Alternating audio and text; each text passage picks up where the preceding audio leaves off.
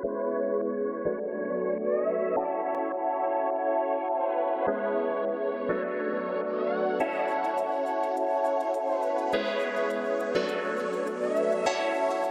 un parcours académique qui est assez particulier, qui est quand même, on va dire, influencé par un environnement universitaire qui est public, j'aime bien le rappeler, mais j'ai eu la chance quand même d'aller à Jean Mermoz, par exemple, en Côte d'Ivoire, qui est une école française, privée, très très bonne école, qui, je trouve, m'a vraiment préparé à ma vie universitaire, qui s'est déroulée à Toulouse, dans des conditions un petit peu difficiles. C'est vrai que je suis, moi, issu d'une famille relativement modeste. J'ai grandi à Ouassakara, Yopougon, qui est peut-être un quartier considéré comme un quartier défavorisé.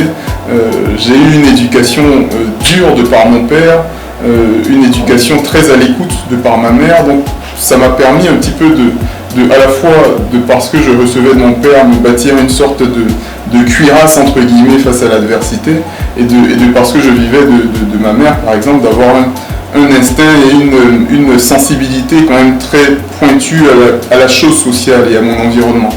Je pense que c'est ces deux éléments-là qui m'ont permis par exemple, quand j'étais à Toulouse, de vivre des moments très très très difficiles, financièrement, parfois même socialement, sans forcément que ça empathie sur ma capacité à justement me dépasser.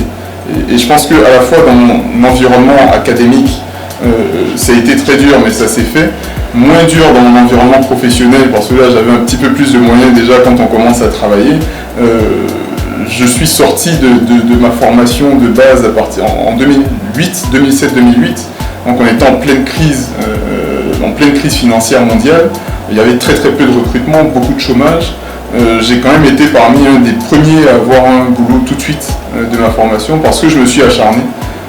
J'ai fait des stages très très tôt dans mon parcours académique, j'en avais pas forcément de l'obligation, mais ça m'a paru important de me bâtir une sorte d'expérience de base qui parfois même était complètement en dehors de mes compétences entre guillemets naturelles. J'étais en économie, une de mes premières expériences professionnelles était en intelligence artificielle, c'était en 2006. Aujourd'hui c'est à la mode, à l'époque c'était vraiment un des précurseurs de l'intelligence artificielle en France, qui a été racheté par une grosse boîte de conseil qui s'appelle Bearing Point, et ça m'a permis de m'ouvrir l'esprit. Je ne me suis jamais dit que dans mon parcours académique, je suis formé pour être économiste et j'allais être économiste jusqu'à la fin de ma vie. J'ai été formé aussi pour être statisticien. Je ne me suis jamais dit que les statistiques, ça allait être vraiment l'aboutissement de ma carrière. Je l'ai toujours compris ainsi.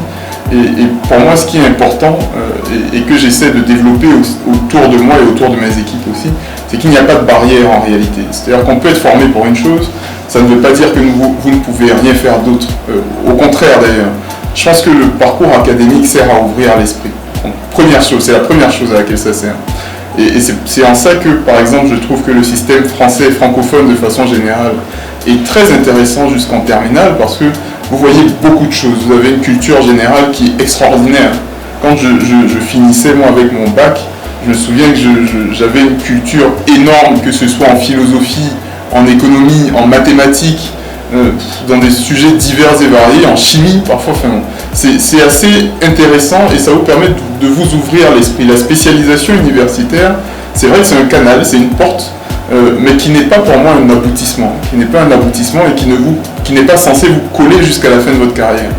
La preuve en est que quand on rentre dans son parcours professionnel, la plupart des gens vous diront on n'utilise que très peu ce qu'on a appris à l'école en réalité.